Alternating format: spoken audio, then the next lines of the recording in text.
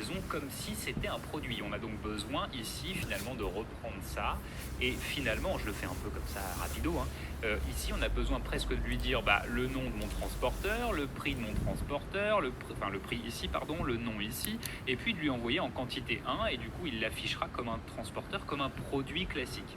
Mais là je suis un petit peu embêté parce que dans mon Stripe Controller je n'ai pas accès aux paramètres liés à la livraison. Je l'ai dans mon Order Controller puisque c'est là-dedans que je crée mon order, mais dans mon Stripe Controller je ne peux pas. Ça me permet de vous proposer un autre petit fonctionnement parce que là en réalité regardez ce qu'on fait, c'est pas hyper clean. Ici ce qu'on fait, c'était pour tester, on a fait un cart get full as product, donc finalement on va rechercher dans le panier, dans la session tous les produits pour les envoyer à Stripe. Or, c'est un petit peu dommage parce qu'on a déjà créé notre order.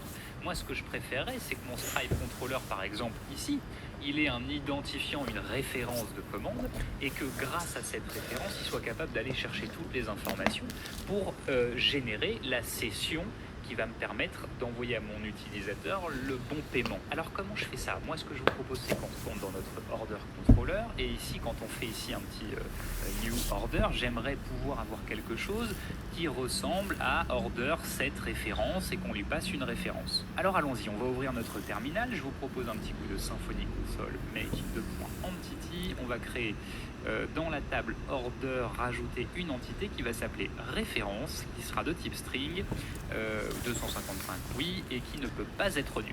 On va valider tout ça, très bien. On va passer à la migration, Symfony Console make 2.migration, voilà. Et à nouveau, on va valider notre migration, migration 2.migrate, oui, et on est bon. On a maintenant du coup dans notre entité order, si je l'ouvre, la possibilité de jouer avec cette nouvelle propriété référence. Parfait. Du coup, ce que j'aimerais pouvoir faire là maintenant, c'est un petit order set référence et à l'intérieur lui générer une chaîne de caractères. Ce que je vous propose donc, c'est de générer cette chaîne de caractères. Ici, on va faire un petit référence. On va mettre à l'intérieur, on va se resservir de new date time ici. On va faire une petite référence avec date. On va juste formater la date pour n'afficher que jour, mois, année, voilà, on va faire ça. Et puis après cela, on va se mettre un petit tiret, hop, et ici on va juste générer comme ça un petit, je mets un peu vite, un petit unique ID. Hop, hop là. Si je fais ça et que je passe la référence, on est tout bon. Là, je vais simplement, hop, à ce niveau-là, faire un DDD, hop, comme ça, de order ici, et je vais voir un petit peu de quoi il en retourne. Ok, j'ai bien une référence qui s'est créée, c'est parfait. Je peux donc, hop, à ce niveau-là, passer à l'intérieur, ici, référence, voilà, et lui donner order, pas des dates, mais order comme ceci, get référence, voilà. Je vais décommenter, je sais pas pourquoi je l'avais recommenté, là ici c'est vrai pour nos tests, je vais et du coup, ici, quand il affiche mon order add.html.twig, j'ai accès à cette variable référence. Ce que je voudrais faire, c'est du coup, dans mon add.html.twig, maintenant, je peux m'en servir ici et tout simplement afficher référence. De fait, si je reviens sur ma page, hop, que je fais continuer, hop, je fais inspecter, très bien, je vais aller voir. Là, à ce niveau-là, j'ai bien mon fetch qui se met à jour vers commande, create session et la nouvelle référence de ma commande. Petite vérification en database, hop là, si je vais dans orders, alors j'en ai fait plein, on va aller voir la dernière, j'ai bien ici mes références. Ouais, j'ai fait F5 plein de fois. Ok, je peux fermer ça, très bien. Du coup, je me retrouve dans mon Stripe Controller, ici, et là, je peux passer référence dans la route pour lui dire j'ai besoin que lorsque tu appelles cette route, tu viennes avec un paramètre d'URL qui va s'appeler référence. Ici, je peux tranquillement lui passer dans la fonction pour lui dire je vais m'en servir. Maintenant que j'ai la référence, ce que j'ai besoin, c'est d'aller chercher dans Doctrine la commande associée à cette référence. Et pour faire ça, vous le savez, j'ai besoin de mon Entity Manager. Alors ici, à ce niveau-là, on va la mettre directement en injection de dépendance dans la fonction index et pas en faisant un constructeur parce qu'on appelle cette route ici avec fetch. Donc, on va plutôt passer notre Entity Manager interface directement là. On n'oublie pas le petit use qui vient de se placer là-haut et on stocke tout ça dans la variable Entity Manager. Mon petit use, il est là, n'oubliez pas. Du coup, là, je suis tranquille, j'ai mon Entity Manager que je peux manipuler. Ce que je veux, c'est initialiser une variable order, puis aller chercher mon repository, voilà. De quelle classe? Pas de order, de .2.classe, voilà. Hop, attendez, j'importe ma petite classe. Oui, app entity order. On n'oublie pas le petit use qui vient de s'ajouter, de order class, de mon entité. Et puis ensuite, ce que je veux faire, c'est un petit coup de find one by. Vous savez maintenant, grâce à Doctrine, grâce à notre ORM, on peut comme ça aller rechercher très vite fait en une ligne de l'information en base. Donc je veux aller, trouve-moi un seul enregistrement, mais trouve-moi par la référence, laquelle, celle-là. Voilà. Si maintenant je fais tranquillement un petit coup de DD, hop, et que je débug order, ici, tiens, je vais ouvrir, enfin je vais faire payer, ouais, je vais plutôt ouvrir mon inspecteur, aller dans Network ici, et faire payer, hop. Ici, j'ai donc bien tranquillement la commande dont il est question. On va juste tranquillement se rajouter un petit peu de sécurité parce que là, hop, si jamais il ne trouve pas order, voilà, j'aimerais reprendre ce petit new JSON response, voilà, et lui renvoyer une petite erreur, une erreur qui concerne quoi? Hop, mon order, voilà, ce qui va me permettre tranquillement côté add.html.twig de lui dire à ce niveau-là, parce qu'on est dans la session, if, tac, comme ça, tu as une session error égale à order.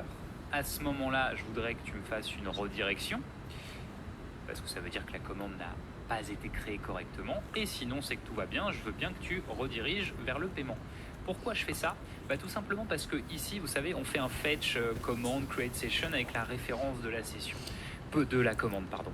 Mais pour X ou Y raison, si jamais cette référence n'existe plus, si elle a été modifiée, bref, on rajoute un peu de sécurité à tout cela, je veux que côté Stripe Controller, il n'aille pas plus loin, qu'il ne crée pas la session, et qu'il renvoie à ma vue, Coco, là, en fait, je peux pas aller plus loin, donc ça veut dire qu'il y a quelque chose qui s'est mal passé.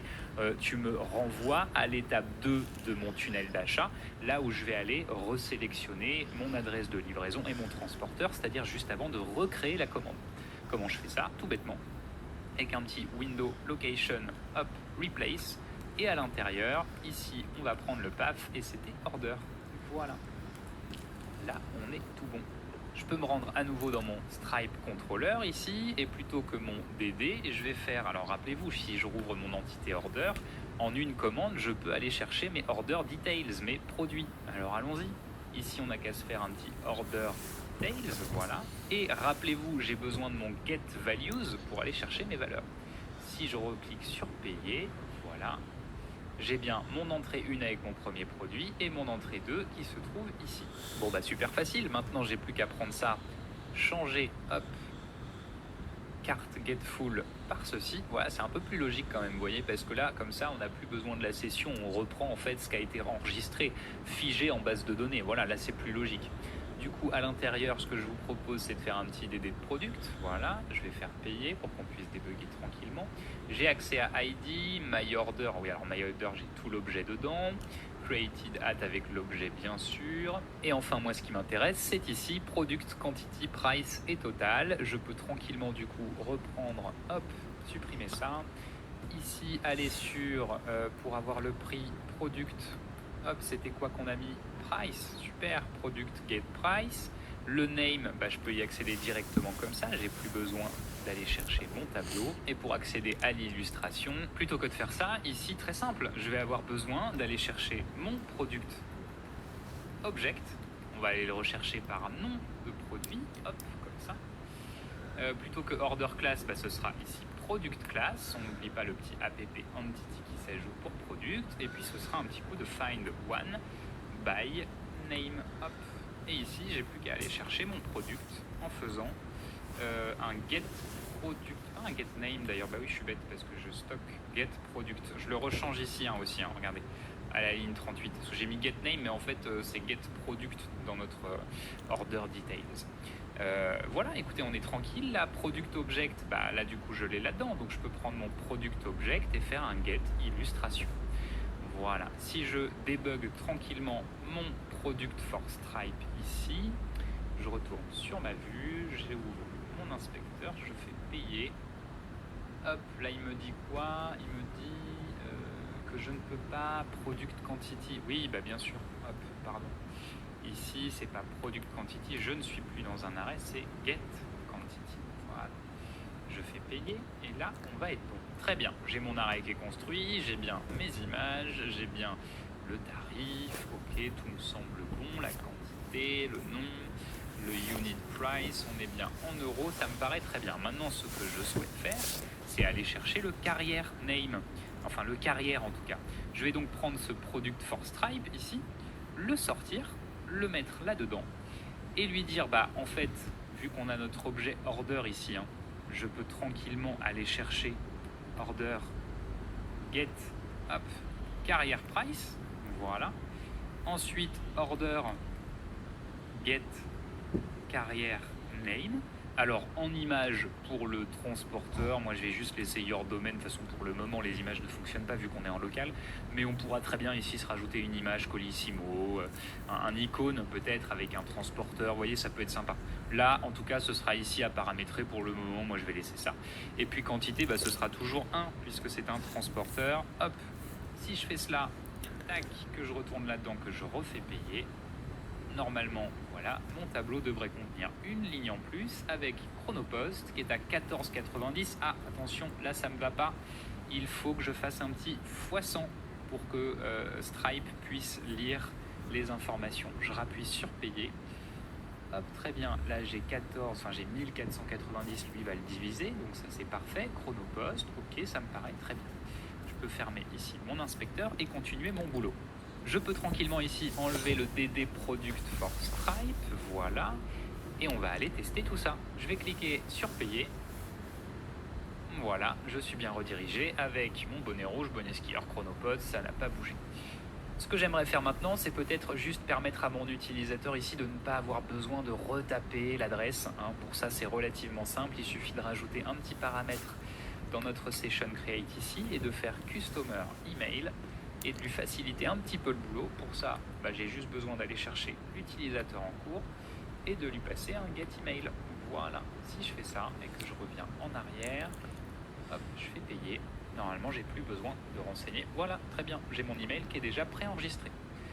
Ce que je vous propose, bah, c'est qu'on mette n'importe quoi. Ici, 42, 42, 42, 42. Là, je vais faire 13, enfin 32, voilà, très bien. Moi, ce sera John Doe. Voilà, et quand je vais faire payer, je vais être redirigé vers cette fameuse page success.html qui pour le moment, nous, n'a pas de sens puisqu'elle se trouve ici et il faut qu'on la crée. Et c'est l'objet des vidéos suivantes. À tout de suite.